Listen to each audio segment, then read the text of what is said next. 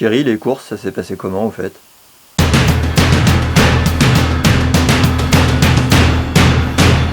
Salut, bienvenue sur l'épisode 2 de Bronx TV. Aujourd'hui on va vous parler du clip Mirage Éternel et de sa version anglaise Eternal Mirage. Et surtout on tient à vous remercier du fond du cœur pour votre participation au premier épisode, le pilote sur les tambours du Bronx en confinement. Voilà, on s'est bien marré donc on recommence maintenant.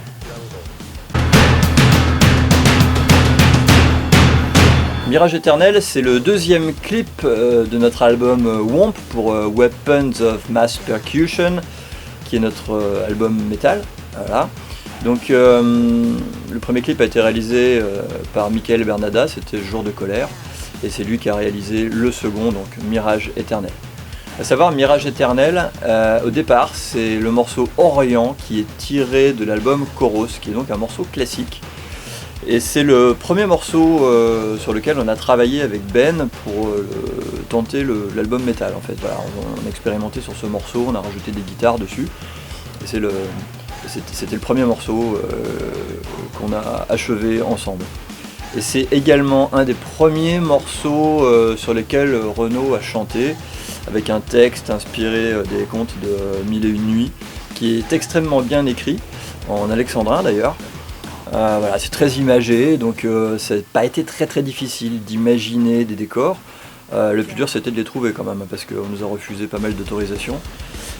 Ensuite, les copains vous raconteront, parce qu'on a Mickaël, le réalisateur, qui va vous parler un petit peu de ce clip. On a Thierry, on a quand même quelques gars qui ont certainement des choses à dire.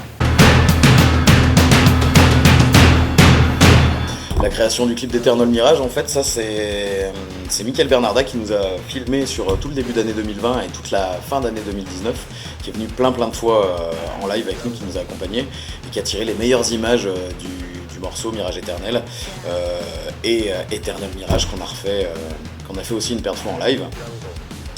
Et donc ce qui a changé par rapport à ce premier clip, c'est que celui-ci c'est vraiment exclusivement un clip live. Voilà. D'où vient cette idée? Je pense que c'est Dom qui a eu cette idée, hein. Toutes les idées en matière de com, globalement, c'est celui qui a pas trop de cheveux là, qui gère ça.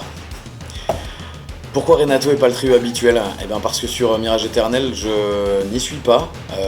Je suis pas beaucoup sur l'album non plus, j'y suis un tout petit peu.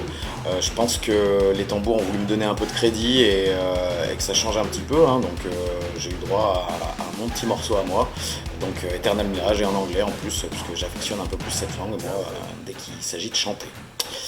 Pour l'idée de la version anglaise du Mirage Éternel, donc Eternal Mirage, tout simplement, il faut comprendre que les Tambours du Bronx, depuis toujours, c'est un groupe international, parce que la percussion, c'est un langage universel. Donc on a toujours parlé à tout le monde dans les tambours, à part utiliser quelques mots, soit en français, soit en anglais, dont tout le monde se fout finalement, puisque le langage, c'est la percussion. Sur l'album Weapons, il y a du chant, donc on a forcément été obligé de faire un choix. On a chanté beaucoup en français, un petit peu en anglais. Donc il y a forcément des frustrés. On a mis des sous-titres, on a pensé à tout le monde, donc on a essayé de mettre beaucoup de sous-titres, notamment même en chinois. Et on a quand même eu des remarques sur ce clip de Mirage Éternel d'anglo-saxons qui trouvaient que le clip était génial, que la musique était géniale, mais qui ne comprenaient rien aux paroles. Bon, ça c'est une chose, on ne peut pas prêter attention à tous les commentaires qu'on nous laisse, parce qu'il y a toujours quelqu'un qui n'est pas content, mais... D'un autre côté, on a ce Renato Di Folco, qui est un excellent chanteur, qui n'a pas ou très peu participé à l'album Weapons, et qui par contre participe à énormément de spectacles. Il est toujours là quand Renaud ou Stéphane ne sont pas là, il a fait énormément de spectacles tout seul, il a sa propre interprétation des morceaux, et une interprétation qui est souvent très juste et assez géniale, pas forcément meilleure, mais en tout cas elle a le mérite d'être vraiment différente. Et on s'est dit pourquoi pas tout simplement faire traduire ce texte de Mirage Éternel, en faire une belle version anglaise, et donner cette version anglaise à Renato. Comme ça Renato aura sa participation vidéo, il la mérite amplement. On aura une nouvelle interprétation de Mirage Éternel. Les anglo-saxons auront une version qu'ils peuvent comprendre, et en même temps ça nous donnera l'occasion d'insérer des plans qu'on a tournés avec Mickaël en 2019 sur le show Weapons. Voilà. Ça nous permet de récupérer bon nombre de plans de Mirage Éternel qui étaient absolument magnifiques, et en même temps d'intégrer ces nouveaux plans live qui sont vraiment superbes, qui ont une énergie folle. Alors ce clip de Eternal Mirage est assez mal tombé parce qu'il est tombé en plein confinement, en plein délire avec le coronavirus. Je pense qu'il n'a pas eu le succès escompté, en tout cas pas encore. Et j'espère que grâce à vous, il sera partagé, liké un maximum et qu'il aura enfin le succès qu'il mérite. Michael Bernadac qui nous a quand même réalisé un certain nombre de choses depuis des années avec les Tambours du Bronx, puisque ça a été le réalisateur de notre tout premier DVD. C'était son premier DVD à lui aussi. Par la suite, il a fait d'autres choses avec nous. Il a fait notamment le clip de Human Smile. Il a donc fait Jour de colère, Mirage Éternel. C'est lui qui a fait la version anglaise de Mirage Éternel, Eternal Mirage, et il nous a suivis pas mal de fois pour nous filmer en live. On en parlera plus tard. Salut à tous, c'est Michael, le réalisateur des deux clips des Tambours du Bronx, Mirage Éternel et Eternal Mirage, qui est en fait le même clip. Et ça c'est Grizzlou qui me tient compagnie en cette période de confinement. Où est-ce qu'on a tourné le clip ? Eh bien le clip, on l'a tourné à Nevers, chez les Tambours du Bronx, enfin à Nevers, à côté de Nevers, chez les Tambours du Bronx. Et c'est là que ça tient plus du miracle que du Mirage Éternel, puisque ce clip c'est le résultat des efforts combinés déjà de tous les membres du groupe, des Tambours du Bronx, qui ont dû soulever des montagnes pour transformer leur local de répétition, enfin leur hangar de répétition en un studio hollywoodien quasiment, avec des vrais décors mis en place, des toiles tendues, des bidons entassés, enfin c'était vraiment hallucinant. Et aussi grâce aux Zulians aussi, qui sont une équipe de fous furieux qui mettent le feu au sens propre et au sens figuré, et qui nous ont déjà aidés sur la pyrotechnie, qui ont accompli la pyrotechnie et qui ont été aussi très très utiles au niveau logistique et sur l'organisation du tournage. Donc voilà, et ainsi que mon équipe de tournage, tout ça, ça a été vraiment l'union d'une énergie folle. Et la dernière partie du clip a été tournée dans des carrières à proximité de Nevers, quoi. Alors comment ça s'est passé dans la fosse ? Eh bien, cette scène était très importante, c'était la scène de fin du clip, et il fallait vraiment quelque chose de fort. Et ça représentait un peu la sortie des enfers, en fait. On représentait tous ces gens coincés dans un bloc. Et pour ça, on a fait appel à des figurants, à des fans du groupe, des amis, des proches, et qui sont venus gentiment donner de leur temps et d'eux-mêmes, puisqu'ils ont été recouverts de boue en mode un peu Walking Dead. C'est pas vraiment des zombies, mais enfin bon voilà, donc recouverts de terre séchée et en souffrance dans ce lieu maudit. Et voilà comment on a pu faire ça, encore une fois, grâce à la synergie et à l'énergie de tous les habitants de Nevers et des alentours. Alors les petites anecdotes, il faut savoir que c'est pas la première fois que Renaud se faisait suspendre dans un clip. Il l'avait déjà été pour le clip de l'Ofofora Amnesty Story. Et donc c'était un peu un retour pour lui, voilà, un peu de s'envoyer en l'air quoi.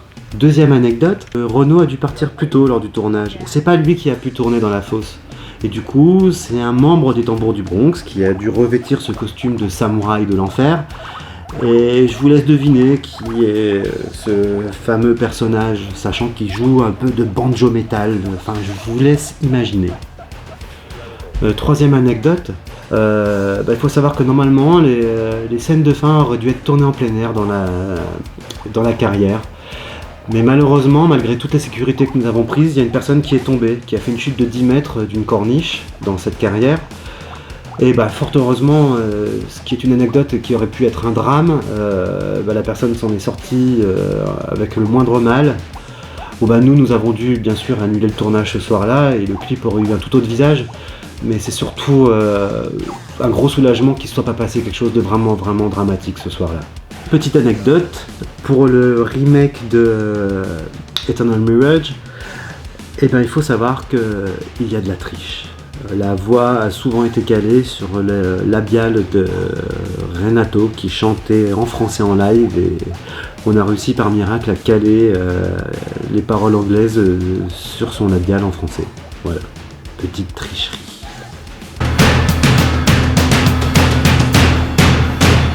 Le Mirage Éternel, on l'a tourné dans une cimenterie à côté de chez nous, à Bef, à 30 km, quelque chose comme ça.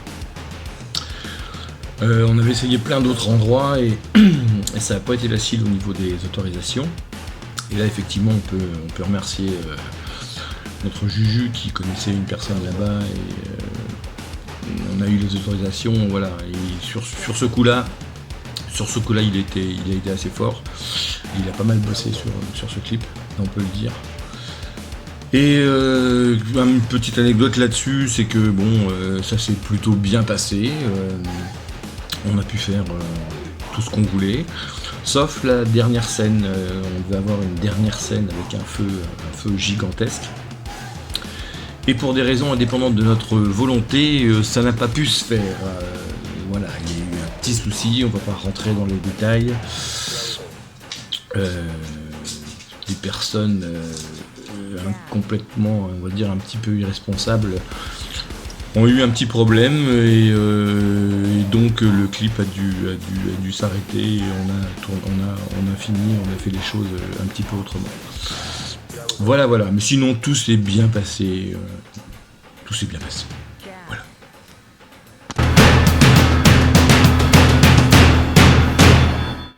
Les gens dans la fosse sont des fous en fait. Enfin, des fous qu'on aime bien, des gens qui ont accepté de s'enduire de boue et de plonger dans une fosse. Ça s'est passé c'était drôle parce qu'on avait une caisse de boue à disposition, donc voilà, c'était un joyeux merdier et ça s'est fait dans la bonne humeur, voilà. Et on remercie ces fous qui sont venus chez nous pour tourner ce petit passage dans la fosse. On a donc tourné une partie de Mirage Éternel dans une carrière pour donner l'effet désert. Et l'autre partie du clip finalement était réalisée dans nos locaux. C'était d'anciens locaux industriels qu'on a récupérés. Donc on a un hangar assez gigantesque qui est absolument génial pour filmer, pour répéter. Et on a aussi cette fosse qui servait pour vidanger les véhicules.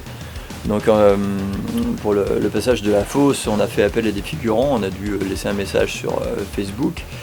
On a eu un nombre incroyable de demandes de gens qui voulaient participer, ça faisait chaud au cœur, on a accueilli tout le monde. Donc on les a bien fait poireauter parce qu'il faut quand même comprendre que sur un tournage on patiente beaucoup. Ensuite on les a recouverts de la tête aux pieds de boue. Voilà. Et puis on leur a demandé de descendre dans cette fosse. C'était assez rigolo, tout le monde s'y est prêté de bonne grâce, c'était vraiment marrant. Et donc pour la petite anecdote, Renaud avait un train, on était très en retard, lui ne pouvait absolument pas rater ce train. Donc il m'a remis son costume parce que j'étais celui qui correspondait le mieux à son profil, je pense qu'on parle des cheveux. Et c'est moi qui me suis collé dans la fosse, sauf que personne ne savait que j'étais pas le vrai Renaud. Donc Renaud, je sais pas vraiment ce que tu as fait aux gens, mais j'ai pas arrêté de me prendre des mains au cul, c'était absolument insupportable.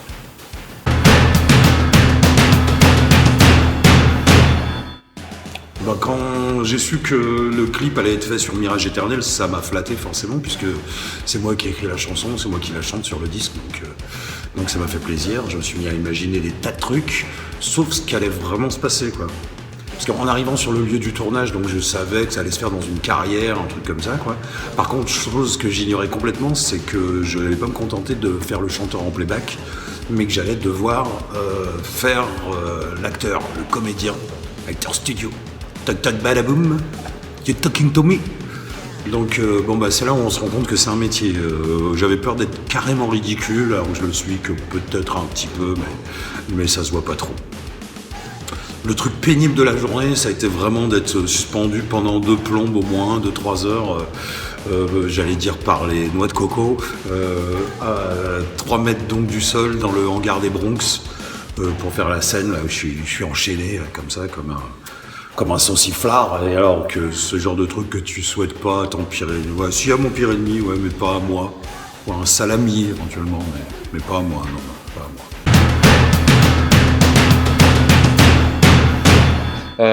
Écoutez, on s'est bien amusé, hein. C'était une grosse semaine bien intense entre le montage des décors, le transport du matériel, tout ça c'était assez dur, mais on s'en est bien sorti. Après, un bon souvenir, c'est avec la compagnie Zulians, que je salue d'ailleurs, j'espère qu'ils vont bien.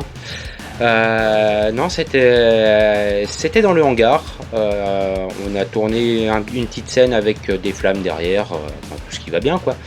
Et le moment où on était tous torse-poil en train de taper comme des sourds, où ils ont allumé, mais littéralement allumé le feu. Et là, j'avoue que j'ai eu très très très chaud aux fesses. Très très bon moment, assez court, intense, froid, et puis forcément des abrutis. Ah bon, ça c'est. Voilà, il y en a partout. Vous vous demandez pourquoi j'ai un chapeau? Ah, c'est pas pour faire le clown, hein, c'est parce qu'en fait je dois sortir la poubelle et puis ça pleut un peu. Et du coup, ça protège pas mal.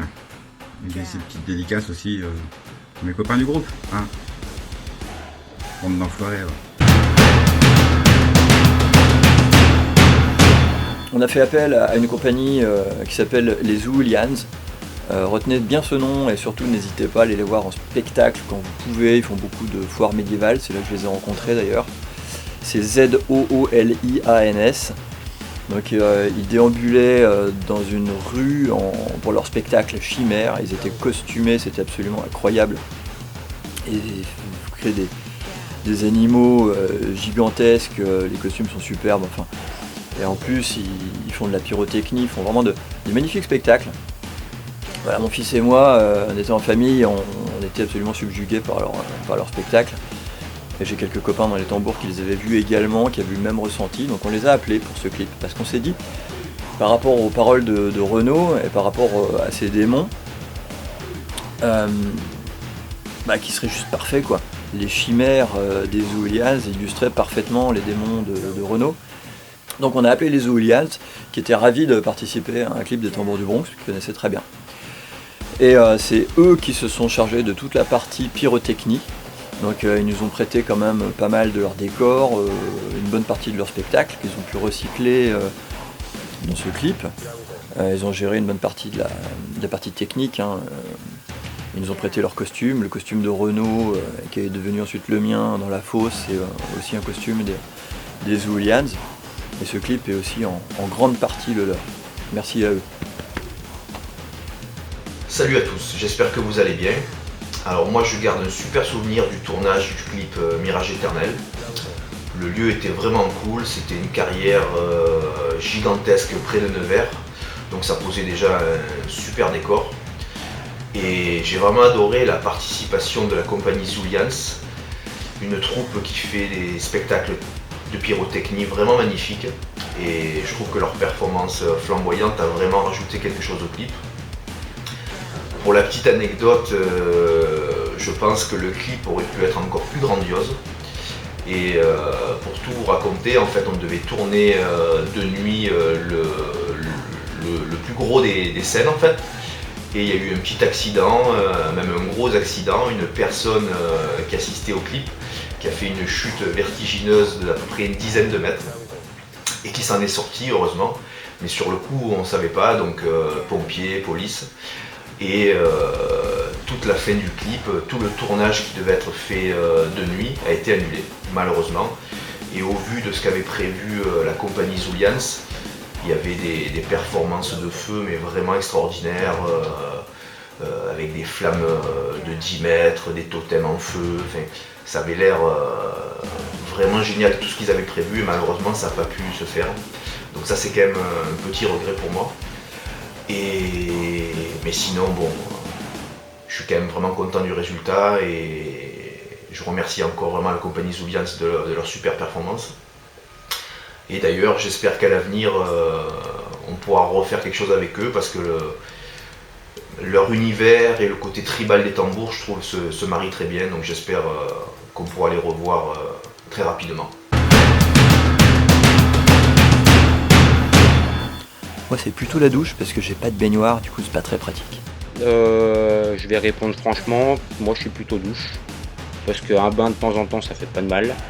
Mais les douches c'est beaucoup plus rapide, et puis avec 3 enfants à la maison, on n'a pas beaucoup de temps.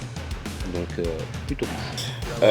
Bain, alors moi c'est exclusivement bain, j'adore ça, je ne prendrai que des bains. D'ailleurs je me fais souvent engueuler par madame cause de gaspillage de flotte, tout ça. Douche, bain. Bah, douche, c'est plus vite fait. Après, de temps en temps, un bain, c'est bien aussi. Enfin, ça dépend. Oui, je sais pas. Ouais, il faut se réveiller, quoi. La question ne se pose pas. Déjà, les images parlent par elles-mêmes. Voilà, ce sera plutôt douche. En plus, je ne supporte pas les bains parce que je m'y emmerde profondément. Je peux pas rallumer mes cigares parce que le briquet il est tout le temps mouillé. Tout ça. Et donc, moi, la douche, hein. La douche à fond, la douche. Rhum ou whisky, pourquoi choisir d'abord? Non, personnellement, moi je préfère la bière. Whisky ou rhum? Les deux. Moi je suis quand même plutôt whisky, voilà. Un excellent whisky japonais ou un Islay. Mais bon, voilà. Quand on m'offre un petit rhum ambré qui va bien, je dis pas non. Whisky ou rhum? On connaît Billy, hein. Je suis un pirate, moi. Moi, c'est le rhum. Rhum ou whisky? Whisky. Écossais. Ah, là, on est devant mon bar d'ailleurs. Whisky, écossais. Et pas de bourbon, pas de Jack Daniels ou quoi que ce soit. Ça me fait pas trop plaisir.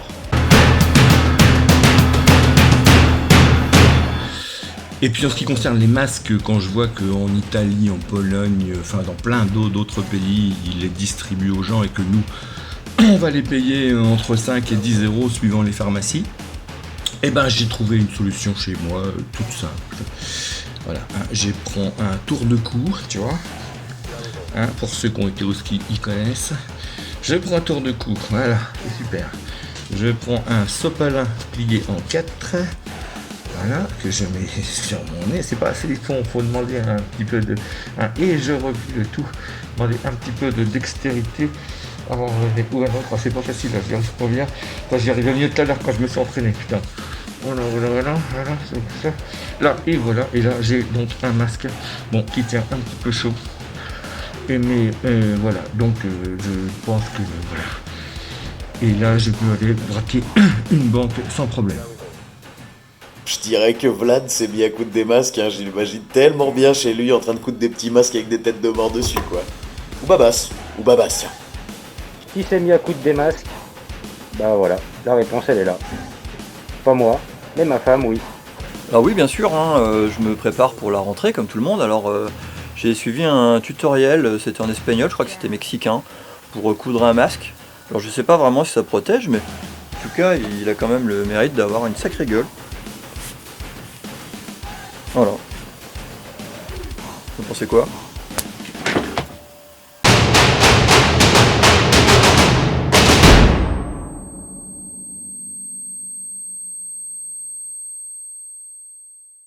Allez, à la semaine prochaine.